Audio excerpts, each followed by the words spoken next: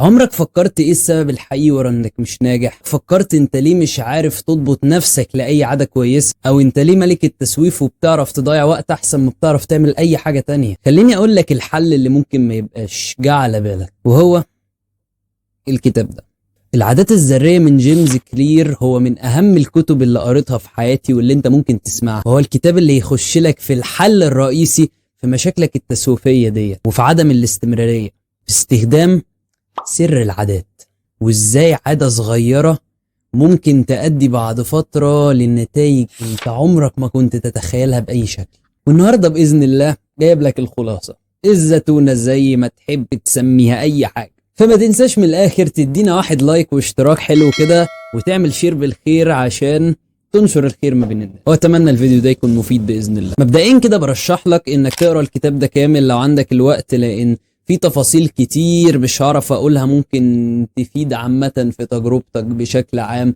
تديك شوية انسايد اكتر، يوضح لك بقصص اكتر. بس لو ما عندكش الوقت فالفرجة على الفيديو ده يبقى لازم يبقى من اولوياتك. فحضر لك كوباية نسكافيه حلوة كده، وانا مش هشرب نسكافيه، انا خليني في المية المرة دي لان الساعة دلوقتي داخلة على 2 الفجر، بس انت اشرب نسكافيه على حسب التوقيت، بس ده مش موضوع. يلا بينا. العادات الذرية للكاتب جيمس كلير بيكلمك عن العادات الصغيرة الذرية قد الذرة يعني، ولو فكرت فيها فشخصيتك فعلا جزء اساسي منها بيتكون من العادات الصغيرة اللي انت بتعملها في يومك. مشيتك، قعدتك، روتينك الصباحي، حاجات كتير هي اللي بتكون رؤية الناس ليك ورؤيتك لنفسك، ودي كلها هي العادات. مبدئيا العادات كمعنى هو الشيء اللي انت متعود عليه جدا لدرجة ان جسمك ما بقاش مضطر انه يبذل مجهود كبير او ياخد قرار كبير قبل ما يعمله، او من الاخر لما ما تعملوش بتحس بحاجة غلط في يومك عامة، اللي هو في حاجة ما ظبطتش. زي مثلا لما تيجي تعمل مونتاج في البداية فهتلاقي نفسك عامل اللي هو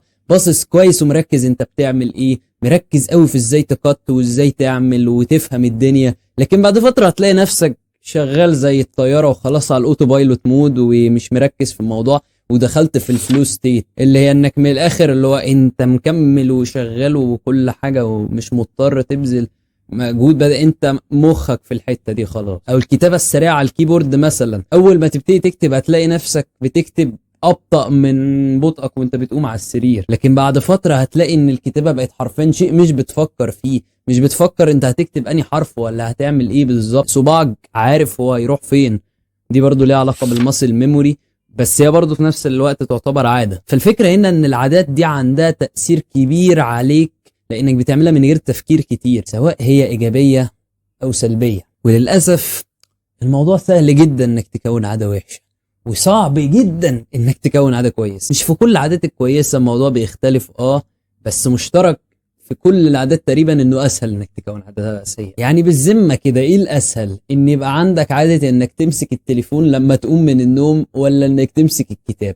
لو انت قلت الاختيار التاني فاطلع من الفيديو بكل احترام. جيمس كلير بيقول بعدها ان العادات الذرية ديت بتساعد في تكوين هويتك، والعكس صحيح. فازاي ده؟ بكل بساطة العادات اللي انت بتعملها في يومك بتغير رؤيتك لنفسك، ولو عكسنا الموضوع برضو فرؤيتك لنفسك بتغير عاداتك في يومك.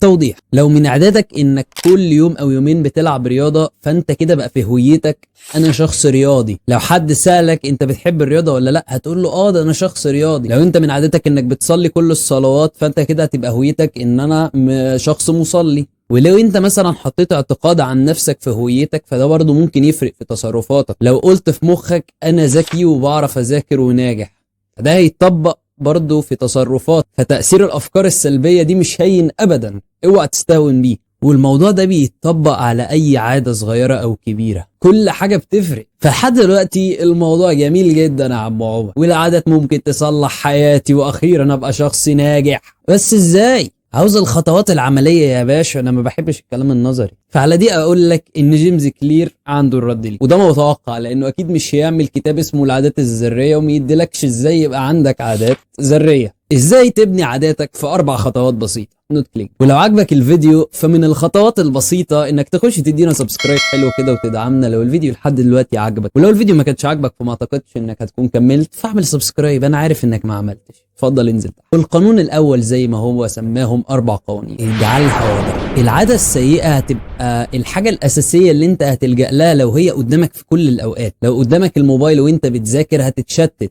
وحتى لو قوة الإرادة منعتك شوية فبرضه في الآخر يفضل مخك مع التليفون مش مع المذاكرة. مش هتعرف تخس لو التلاجة بكل بساطة مليانة من كل ما حل وطاب. ده كده تعدي لللوجيك. وللأسف المشكلة عند كتير مننا إننا مش بنخلي العادات الكويسة دي باينة كفاية، ومش بنخفي العادات السيئة كفاية، أو تقريبا يعني خلينا أبقى صريح هو أغلبنا مش بيخفيها أصلا. بس دي حلها بسيط قوي أكتر مما تتخيل. اخفي العادة السيئة ووضح العادة الجيدة. بس حط مثلا تطبيقات السوشيال ميديا في تليفونك، خبيها في فولدر مستخبي فوق مثلا عشان ما يبقاش مش سهل انك تخش لها. بكل بساطة كده بقت في خطوة زيادة، وعلى الاقل هتبقى بتاخد القرار، مخك هو المتحكم. ممكن برضو تحط باسورد على الابليكيشنز بتاعت السوشيال ميديا، ده يبقى مفيد اكتر كمان لو حطيتها في فولدر بباسورد.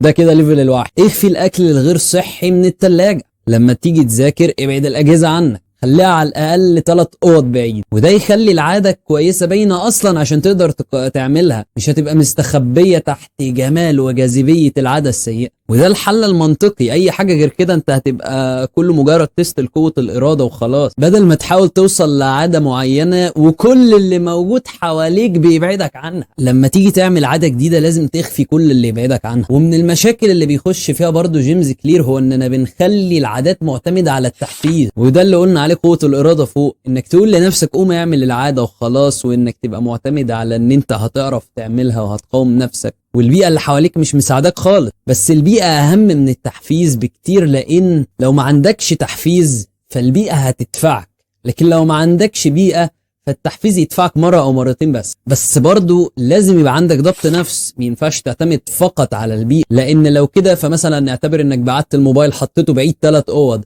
طب ما انت كده يا حبيبي لو ما عندكش ضبط نفس هتروح تجيبه من ال3 اوض. وحتى لو قلت لحد مثلا ياخد منك الموبايل وما يديهولكش تحت اي ظرف، فممكن تروح تتحايل عليه عادي وتضيع وقت وخلاص لو ما عندكش اي ضبط نفس. الاتنين لازم يساعدوا بعض، ما تديش واحده الاعتماد الكلي، كانهم جناحين لو جناح فيهم عوج تلبس. لازم تعرف توازن صح ما بين الاتنين.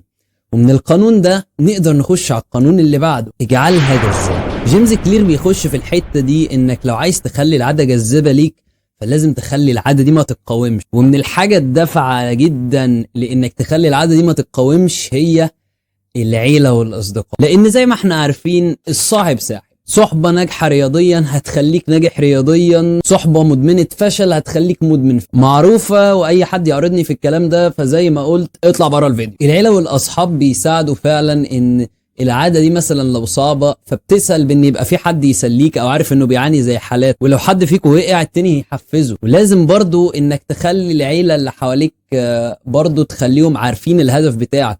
مش مثلا تقرر انك تعمل دايت وما تقولش لمامتك انك عامل دايت اساسا فهي تاكلك الوجبه المعتاده وتلبسك في الحيط. لازم تبقى مظبط وعارف انت هتعمل هدف ايه، وقايله للناس القريبه منك، وجايب الرفيق الصح. مش محتاج رفيق، بس ده بيدي ده دافع كبير وبيخليها جذابه.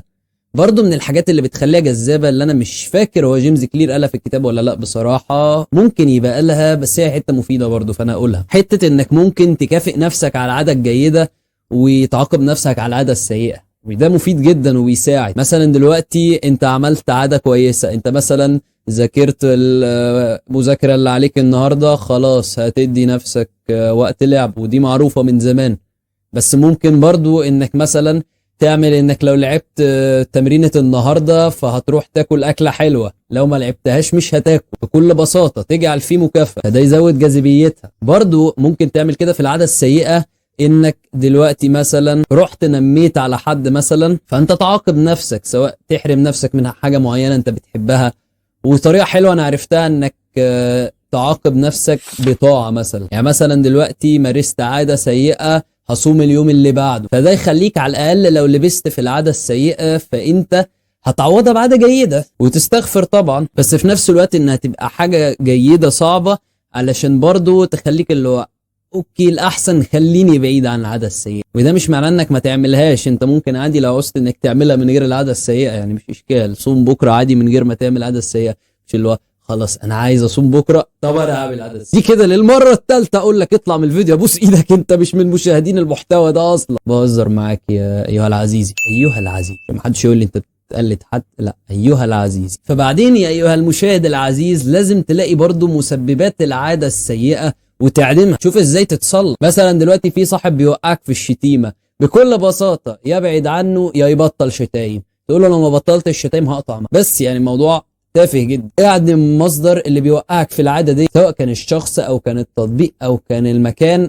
اعدمه يا اما استخدمه صح. الكتاب ده تحسه اللي هو بيقول لك لوجيك، يعني حاجه اللي هو انت المفروض ان مخك لما يسمع يحسها منطقيه، بس ما فكرناش فيها قبل كده. ده الاحساس اللي يجي لك من قرايه الكتاب ده لاول مره بصراحه. فبعدين بيقول لك الكاتب الجميل جيمس كلير في القانون الثالث، وهو اجعلها سهل. وده ممكن يبقى اهم قانون فيهم كلهم، وحاجه فعلا هتفيدك عامه كل انواع وشتى الطرق، انك تخلي العاده اللي انت داخل عليها دي سهله وما تعقدهاش بزياده. لان تعقيد العاده دي بزياده ممكن في الاخر يدخلك في الاحباط، يا اما في بذل مجهود زياده يعمل لك مشاكل، زي مثلا انك تحاول تشيل اوزان تقيله قوي في الجيم عشان تتقدم بسرعه قوي فيدخلك في اصابه، او انك تذاكر كتير قوي قوي قوي قوي قوي على امتحان مثلا ملوش لازمه، وبعدين تقوم ندمان انك قضيت كل الوقت ده في امتحان مش هيفيدك قوي بعدين. طبعا الكلام ده ما يتطبقش على ثانويه عامه، افحت المنظومه. انت لازم تمشي ببطء، بس المشي بالبطء مش هو المشي لورا. لما انت كل حبه كده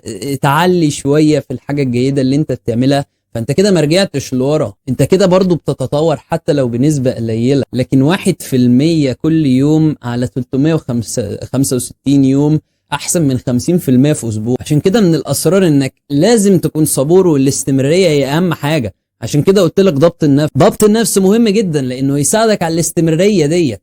وانت من غير الاستمرارية هتروح في ده، مش هتعرف تستمر على العادات دي. والسر اصلا هو انك تتطور ببطء، وبيخش بعدها على قانون الجهد الاقل. وده يعتبر اللي انا كنت بقوله حالا، بتاع انك مش لازم تبذل مجهود كتير فشيخ قوي في وقت قليل، بس تقدر تفرقه. لان الاستعجال هو اللي بيؤدي المشاكل في الاخر، فانت تقدر تفرقه، تزود المجهود ده كل شوية، بس عامة اوعى تزيد فيه. زي مثلا لو هتذاكر، حاول تذاكر من اول السنة، بس مش لازم تفحت نفسك في المذاكره. فعلى ما توصل لاخر السنه هتبقى جمعت كتير قوي. work smarter not harder. ما تبذلش المجهود فقط لان عشان يبقى اسمك بذلت المجهود. يعني واحد صاحبي مثلا وقع في المشكله ديت بتاعت انه كان فاكر ان مجهود اكتر هيدي نتائج افضل وخلاص، فكان قاعد فتره يلعب فوق ال100 ضغط كل يوم لمده كام شهر وفشخ نفسه، وفي الاخر ما لقاش التطور اللي هو كان عايزه. بعدين بقى لما بطأ وقرر ياخد الموضوع بالهداوه شويه، لقى التطور اللي هو عايزه. ومن الطرق برضو اللي ممكن تخليك تتوقف عن التسويف وتضييع الوقت الكتير اللي بيتكلم عنها جيمس كلير في الحته الجايه، هي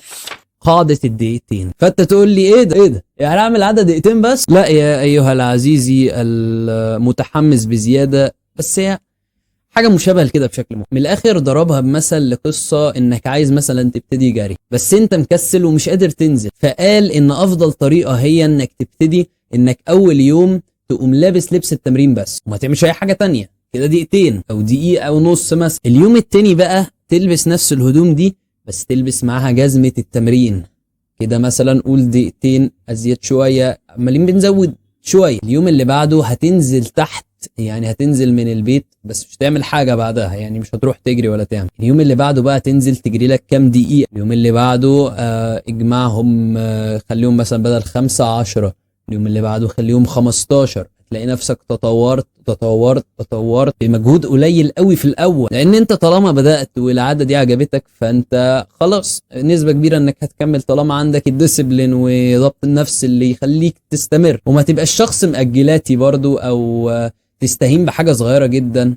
ما تستهينش مثلا بتمرينه واحده في الجيم عشان مكسل تعملها دلوقتي، عاده لو هي فعلا ملهاش لازمه يعني ممكن اسمح لك ببوسع زي الشيست بريس، تمرينه عقيمه ملهاش اي 30 لازمه، بس ده مش موضوع. فالحاجات اللي فاتت دي كلها بتخلي لك ان العاده الجيده حتميا بنسبه كبيره هتحصل، والعاده السيئه بتوصل لشبه مستحيله انك تعملها. طبقت كل اللي قلناه في الثلاثه اللي فاتوا، بس الرابعه بقى هي اللي بتخلي الموضوع يكتمل، وهي اجعلها مشبعة. لازم تخلي العادة ديت جميلة عشان تستمر عليها وتحبها. ما ينفعش انك تخليها لو مجرد عادة خام كده مش هتشدك قوي. مثلا عايز تنتظم على غسل الاسنان، خلاص هات معجون مثلا بنكهه وريحه حلوه كده لطيفه تعجبك، ده يخليك حابب ان يبقى عندك الريحه الحلوه دي فتغسل سنانك. عايز تتعود على سماع القرآن، استمع لقارئ صوته جميل، ده يخليك حابب انك تسمعه. الطريقه دي بتشتغل جدا، بتخلي الحاجه دي مشبعه ومبسطه كده وجذابه ومفيده وكل حاجه، فبقت كده واضحه وجذابه وسهله ومشبعه كل حاجه. والسر بقى في انك تخلي العاده السيئه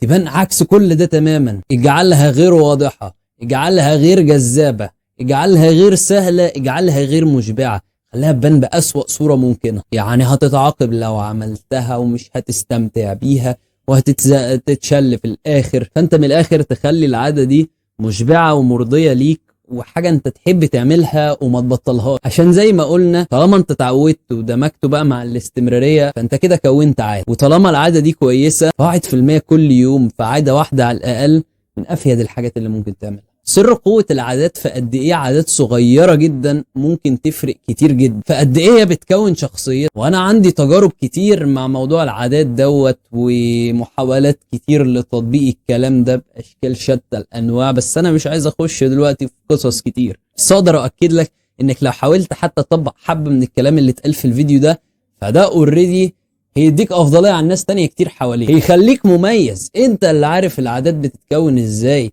انت اللي تقدر لو عايز تعمل عادة جيدة، انت اللي عارف التكنيك. فالموضوع كله يتلخص بميكس ما بين ضبط النفس على الاستمرارية، على جعل العادة الكويسة متوفرة وجذابة وتسهل الدنيا، وتعمل العكس مع العادة السيئة على انك تخليها جميلة. على ميكس الحاجات دي كلها يطلع لك في الاخر عادة جيدة تكمل معاك فترة طويلة. فاوعى تستهين بقوة العادات. وجيمس كلير بعدها بيخش في شوية حاجات تانية انا مش حاسسها واجبة قوي للفيديو ده، لان زي ما قلنا الفيديو ده هو الزتونة، الخلاصة الجميل، علشان انا عايز الناس تقرا الكتاب ده لانه كان كتاب جميل وهو اللي دخلني في القراية وبس. لو انت استفدت حاجة من الكتاب ده وحبيت طريقة القائي وشرحي للموضوع، احب انك تكتب لي في الكومنتات الحاجات اللي عجبتك والحاجات اللي ما كانتش قد كده اللي ممكن نطورها. انا بحب جدا الكومنتات الحقانيه، حد ما يطلعش يقعد يهزق فيك بلا سبب وخلاص، ولا حد يطلع يقول لك المشاكل فعلا ويقول لك